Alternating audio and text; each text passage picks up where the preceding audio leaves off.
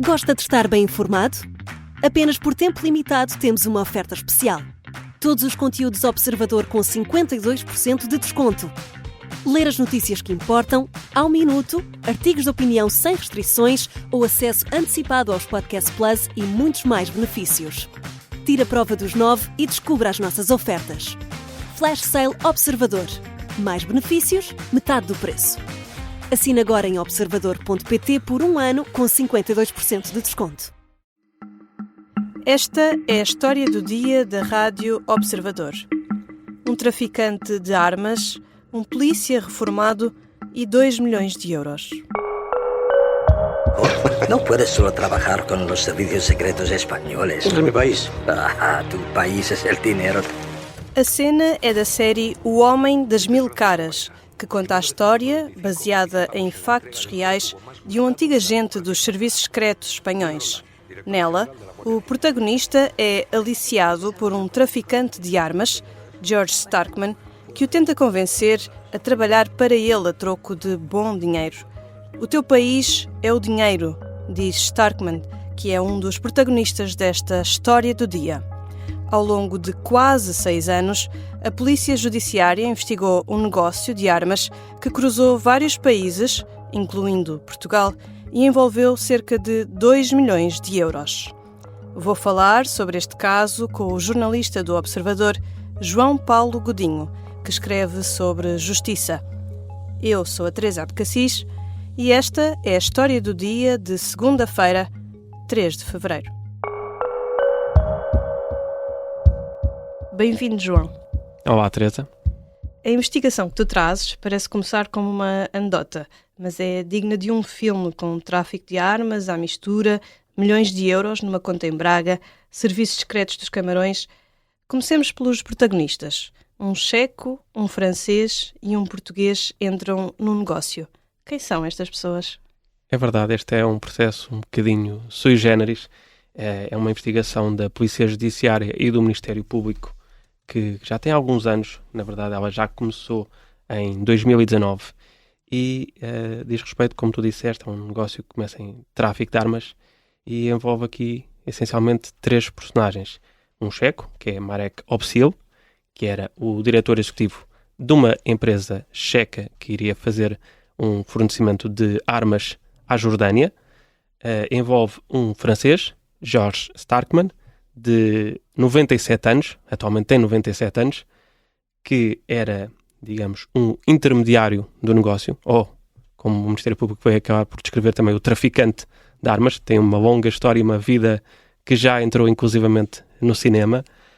E, por fim, um português, um antigo agente da PSP, que está neste momento reformado, Alfredo Fernandes, que neste momento está a trabalhar para o Serviço de Informações dos Camarões e acabou por se ver também envolvido neste negócio, um pouco à boleia de George Starkman, criando uma empresa para depois poder ajudar a intermediar o negócio e receber parte do dinheiro que depois o Ministério Público veio a considerar, naturalmente, que estava a ser alvo de branqueamento. Uhum.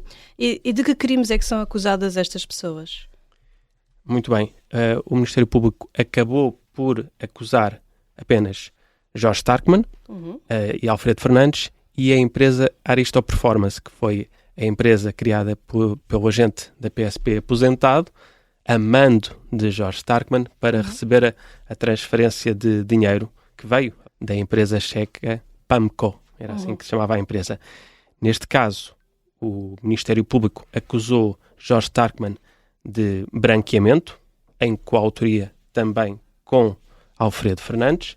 O Ministério Público acusou ainda Alfredo Fernandes também de fraude fiscal e, em relação a George Starkman, acusou de um crime de prática ilícita de atos de comércio de bens e tecnologias militares na forma tentada. Foi uma tentativa, lá está, de tráfico de armas para as quais ele não era um negócio para as quais ele não estava habilitado. A importação e exportação de armas obedece a legislação muito apertada da parte dos Estados, são precisas licenças de importação e exportação neste tipo de negócios e George Starkman não estava habilitado para fazer este tipo de negócios e daí foi acusado pelo Ministério Público deste crime. E por último, também o Ministério Público acusou também a empresa e pediu também a pena de dissolução desta sociedade que foi criada apenas e só para receber a transferência da empresa checa, uma empresa que foi criada para comércio, para venda de imóveis. A empresa criada pelo Alfredo... Exatamente, a Aristo Performance foi criada por Alfredo Fernandes, a mãe de George Starkman. Era uma empresa supostamente para venda de imóveis e acabou por ser o receptáculo desta transferência da República Checa. E como é que este caso chegou ao conhecimento da Polícia Judiciária? Tu, no teu artigo, que está na página do Observador, começas por uma conta que foi aberta em Braga e que ficou adormecida durante alguns anos, não é? É verdade, a conta foi já criada em 2014, em dezembro de 2014, por George Starkman, na altura com 87 anos. George Starkman é um cidadão francês que não vive cá, não tem imóveis cá, não tinha ativos. No entanto, criou a conta numa agência em Braga. Ele hoje tem 97 anos, não é? Exatamente, foi acusado com 97 anos. Teve de fazer em novembro prova de vida, por assim dizer, para poder ser acusado. E uma vez que, se tivesse morrido, extinguia-se o procedimento criminal do Ministério Público contra ele. Uma vez que está vivo, pode ser acusado, está em condições de responder perante a Justiça. Mas, voltando à criação da conta, de facto, ele criou essa conta. A conta esteve adormecida, não houve quaisquer interações de George Starkman com o novo banco desde 2014 até 2019, e é de facto a 10 de julho de 2019 que chega, de repente, uma transferência de cerca de 196 mil euros, em que tocaram as campainhas de alerta no novo banco, porque é que caiu agora este dinheiro que vem da República Checa, qual é a ligação com este indivíduo que nunca interagiu com o banco. E isso fez, naturalmente, o novo banco comunicar essa situação à Unidade de Informação Financeira da Polícia Judiciária, ao abrigo das medidas de prevenção e de combate ao branqueamento de capitais. Há aqui um pormenor na história que me saltou à vista, que é que não foi muito difícil fazer a ligação entre o francês, o George Starkman, e o tráfico de armas. Ele não é propriamente uma pessoa desconhecida e já não era na altura em que o dinheiro suspeito entrou na conta portuguesa. Sim, para a justiça portuguesa seria eventualmente desconhecido, sim. No entanto, ele tem um percurso internacional já bastante conhecido, mediático.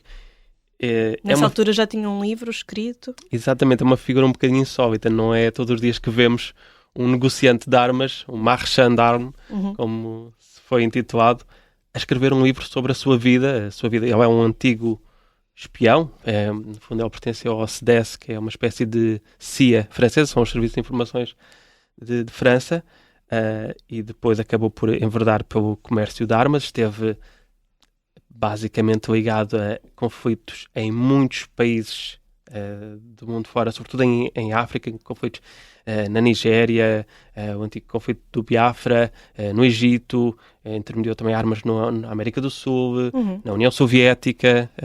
Este próprio negócio que ele ia fazer de intermediação era um negócio da República Checa para a Jordânia. No entanto, ele ia buscar as armas ao Cazaquistão para entregar à Jordânia. Eram 20 antiaéreas que iriam, do tempo da União Soviética, que iriam ser enviadas para a Jordânia. E a carreira dele, a vida dele, lá está. Ele já escreveu um livro, que era o Canon Noir, que era basicamente as memórias dele enquanto mercador de armas, por assim dizer. E também aparece inclusivamente como uma personagem de um filme, já em Espanha, também sobre uma outra figura ligada a este domínio do comércio de armas, que era Francisco Paesa. E George Starkman é uma das personagens desse filme também, portanto é uma figura que também já tinha sido, lá está, detido noutros países, em França e creio que também no Luxemburgo. Tu descreves no teu artigo vários contratos entre compradores, intermediários, vendedores. Que tipo de armas estamos a falar? Quem eram os destinatários? E que parte deste negócio seria legal? Se é que alguma parte seria sequer legal? Bem, este é um negócio um pouco complexo, lá está, atravessa diferentes países. Vamos começar pelo início. Então, são 20 antiaéreas ZU-23.2, são de fabrico soviético, já eram dos anos 60, criada pela União Soviética, E era uma encomenda que esta empresa checa PAMCO tinha para entregar à Jordânia. Uma empresa legítima. Empresa legítima, licenciada na República Checa para o comércio de armas. Primeiro começa por ir à Sérvia, vai ter como empresa sérvia que é a Trinity, para tentar arranjar o fornecimento para depois entregar à Jordânia. Na Sérvia, essa empresa sérvia não consegue dar resposta e então sugere este contacto de George Stackman, porque o responsável da empresa sérvia já o conhecia, ou tinha referências dele por já ter negociado na antiga União Soviética. Vão ter com este George Stackman, chegam a um acordo, ele garante que consegue fornecer as armas e então George Stackman acaba por assinar contrato com a empresa checa para fornecer as armas depois para a Jordânia. E aqui ainda estamos a falar dentro da legalidade? Em teoria estávamos dentro da legalidade. O problema é que George Stackman não tinha as licenças necessárias para fazer importação e exportação. Uma vez que ele ia ao Cazaquistão, também era necessário arranjar licenças do país emissor, por assim dizer. Tal como a Jordânia também tinha que ter licença para depois poder receber o material. E então, nessa parte, o negócio acaba por não acontecer. Primeiro porque George Stackman nunca chega a arranjar o material. As 20 antiaéreas que estavam avaliadas em cerca de 2,2 milhões de dólares. Este contrato que é feito paga 10% como sinal do negócio, inicialmente. São os tais 196 mil euros que dão entrada na conta e que são bloqueadas de imediato pelas autoridades.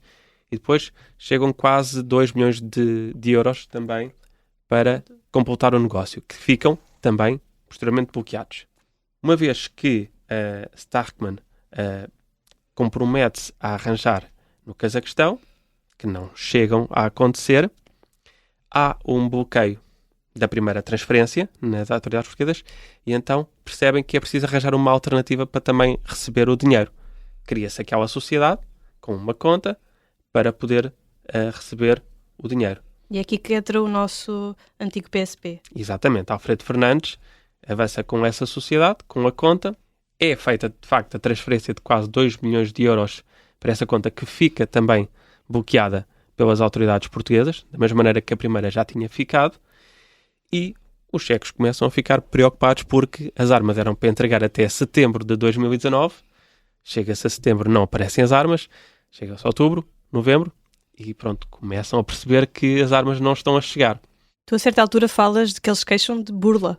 Sim, os checos começam a ficar preocupados e acabam por exigir a devolução do dinheiro e renunciar ao negócio.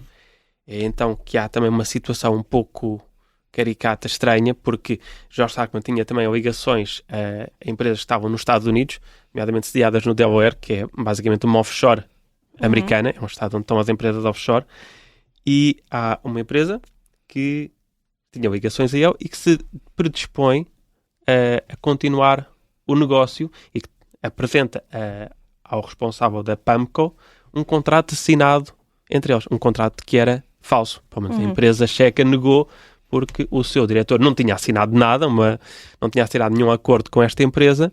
Portanto, foi também um esquema que acabou por não completar o negócio. Já voltamos à conversa com o João Paulo Godinho, jornalista do Observador que escreve sobre justiça. Na segunda parte vamos falar dos detalhes da investigação da Polícia Judiciária e de como isto foi parar a um cabeleireiro africano em Coimbra.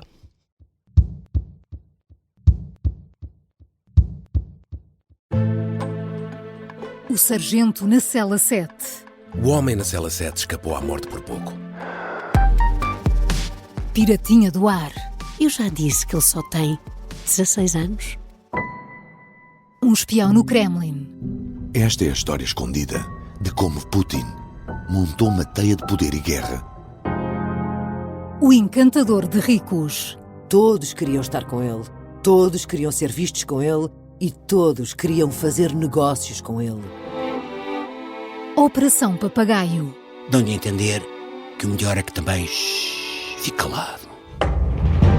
Matar o Papa. Crono não está só disposto a matar, também está disposto a morrer.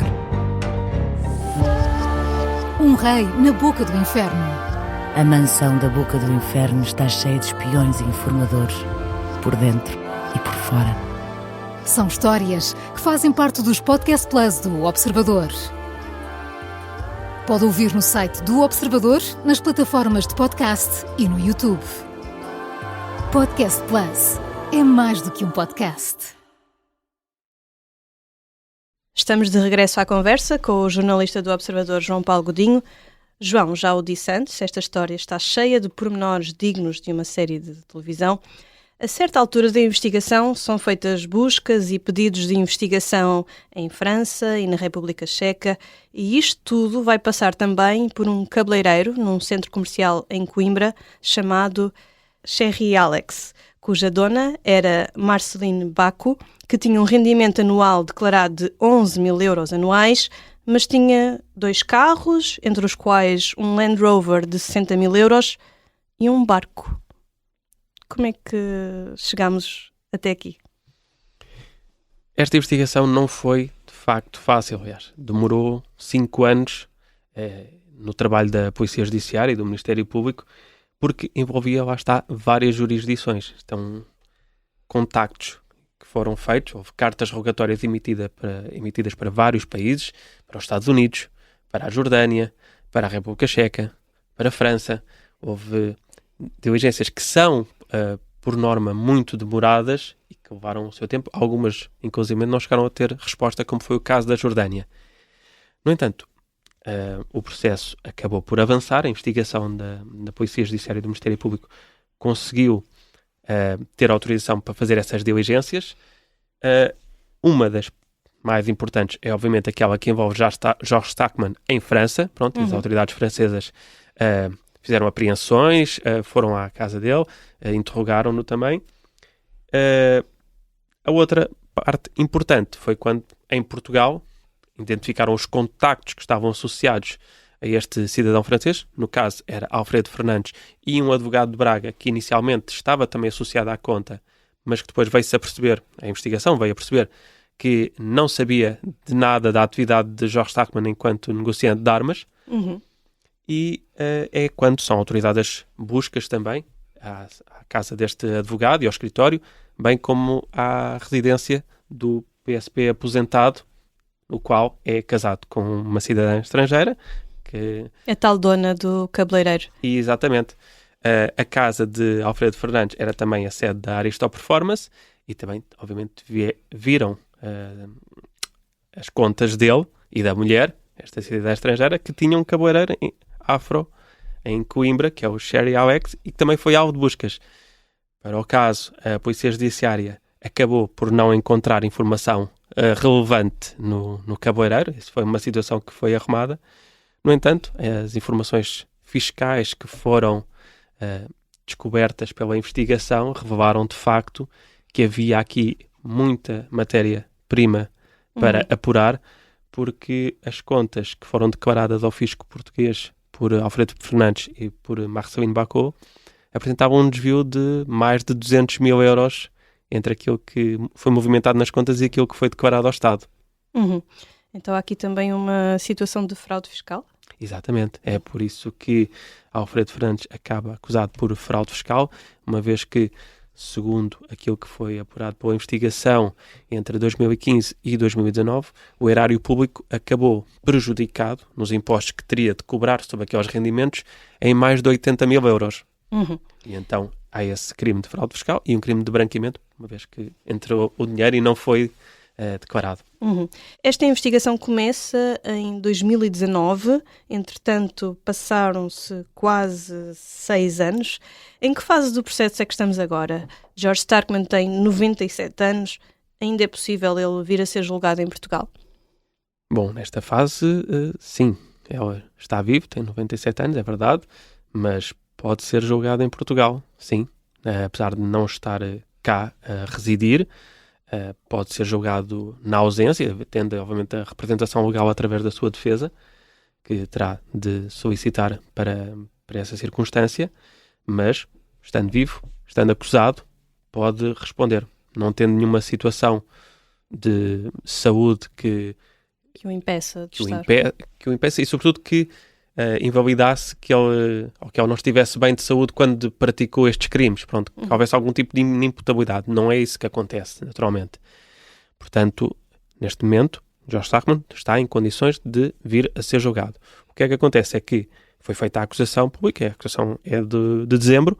Neste momento, há ainda prazo para as defesas, para as partes poderem requerer a abertura de instrução, e é neste momento que ainda está a correr esse tempo, sabendo que, por exemplo, a empresa checa apresentou um pedido de abertura de instrução. Portanto, pode haver agora uma fase de instrução ainda, que é uma fase processual que é facultativa, que é requerida pelas partes, e depois, havendo a instrução, aí o juiz decidirá se vai a julgamento ou se não vai a julgamento ou não. Exatamente, sim. No fim disto tudo, o Ministério Público pode mesmo vir a ganhar estes quase 2 milhões de euros envolvidos na investigação. Exatamente.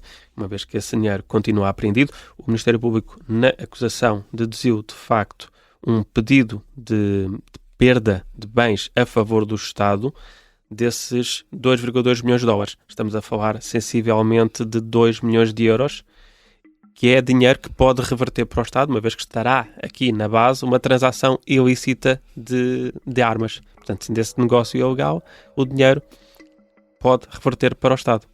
Obrigada, João. Muito obrigado, Teresa. João Paulo Godinho é jornalista do Observador, escreve sobre justiça. Esta foi a história do dia. A sonoplastia é do Artur Costa, a música do genérico é do João Ribeiro. Eu sou a Teresa Abcacis. Até amanhã.